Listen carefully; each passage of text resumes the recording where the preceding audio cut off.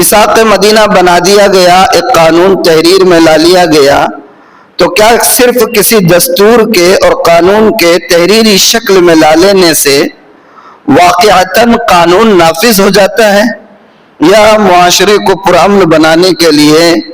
اور ترقی یافتہ بنانے کے لیے، معاشی طور پر مستحکم کرنے کے لیے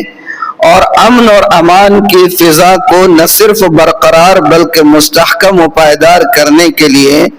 تحریری شکل سے بھی بڑھ کر کوئی ضرورت تھی کسی چیز کی؟ کہ مدینے کی صورتحال کو سمجھنے کی ضرورت ہے ان سوالات کے جوابات کو پانے کے لیے۔ مدینہ ایک ایسا شہر تھا جہاں صرف ایک خیال کے، ایک مکتب فکر کے، ایک خاندان کے، ایک قبیلے کے یا ایک زبان کے بولنے والے لوگ نہیں تھے، بلکہ وہاں مختلف طبقات تھے، مختلف قبیلے تھے، مختلف مذاہب کے ماننے والے تھے،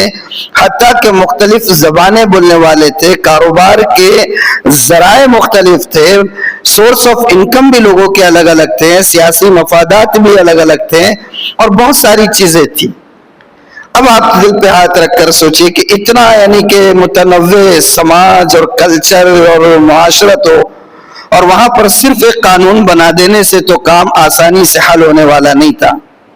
بہت سارے چیلنجز تھے، بہت سارے مسائل تھے، بہت ساری مشکلات تھی جس کو فیس کرنا تھا۔ تو کون کون سے مشکلات تھے؟ ان میں سے ایک کا تذکرہ میں گزشتہ جمعے کر چکا ہوں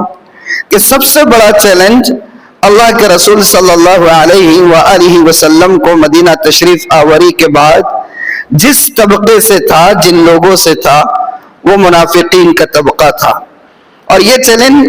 سب سے بڑا اس لیے تھا کہ وہ بظاہر ہمارے ساتھ صفوں میں آ کر کھڑے ہوتے تھے، اللہ کے رسول کے دست بستہ ہے، صحابہ کے ساتھ صف میں شامل ہیں، جس طرح صحابہ سجدے کر رہے ہیں وہ بھی سجدے کر رہے ہیں، جیسے قیام ہو رہا ہے وہ بھی قیام کر رہے ہیں، جس طرح مسلمانوں کے معاملات ہیں وہ بھی انجام دے رہے ہیں،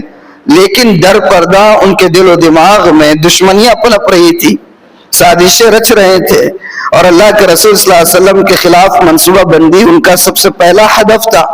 مسلمانوں کو کمزور کرنا، قیادت کو کی طرف سے بدگمان کرنا، اور معاشی طور پر کس طریقے سے مسلمانوں کو کمزور کر سکتے ہیں اس کی کوششیں کرنا، اس طبقے کے اہداف تھے۔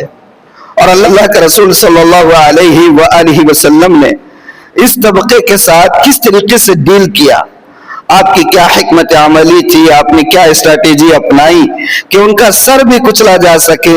اور ماحول کے اندر فساد بھی برپا نہ ہو، ایسی حکمت عملی کے ذریعے سے آپ نے کام کیا۔